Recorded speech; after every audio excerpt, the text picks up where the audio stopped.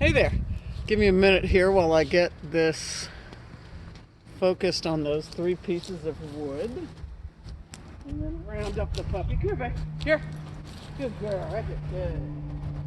Good girl. Okay, here I am. Sorry about that. So I wanted to show you a leash exercise that's really easy to do with both dogs.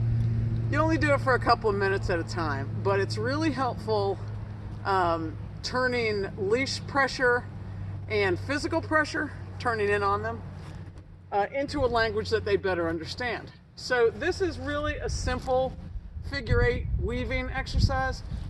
You see here, I just threw 3 pieces of wood down. It helps me to have markers. So I throw 3 down. A lot of times I'll use the columns under my house. Right now with the construction, it's a little too noisy, but throw any 3 things down, equidistant. And all you're doing is weaving and doing a figure 8. Simple enough. A few key details though. We want the leash, come here boo boo. We want the leash first of all. This is a collar, not a harness exercise. I hold the lead about halfway so it's not in a tight heel position, but she's also not flopping around. And then the other thing is that what I try to focus on doing is keeping my leash hand pinned against my hip so that I am not moving my arm and giving her all kinds of random and inconsistent signals on the lead. If I keep my hand here, then she gets leash pressure that coincides with my body movement, and that's really what I want versus me steering her around, because steering isn't consistent. Now, there will be some times, especially when she's first getting used to it, that you will have to let go of the hip and steer her a little bit as she gets used to the movement. That'll probably happen today because this is her first time, and that's fine. Steer her to get her back in her lane and then back to the hip. All right, let's see how we do. Let's go, babe.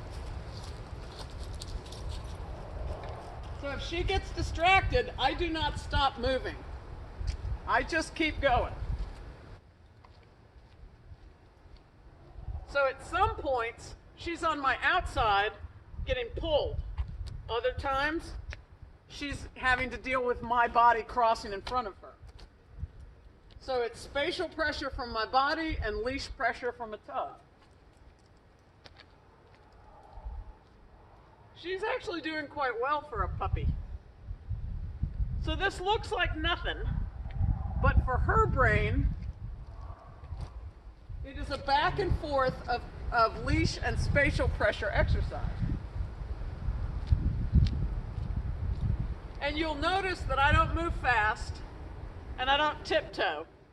I just sort of stroll. And I would do this for maybe 2 minutes until I feel like she's really getting it. She's already getting it. So even though this is a really simple basic exercise, do it with both dogs a couple of times a week. And there we go. Ta-da! That's the whole thing. So the figure 8 exercise, add that to your leash repertoire to go along with the here signals that I was telling you about. When you do this exercise, there is no talking. There's no correction. There's no encouragement. All you're doing is a quiet figure 8, giving her the opportunity to focus and to actually start to connect. Okay? So I'm going to climb up there now and turn this camera off. All right. Talk to you later.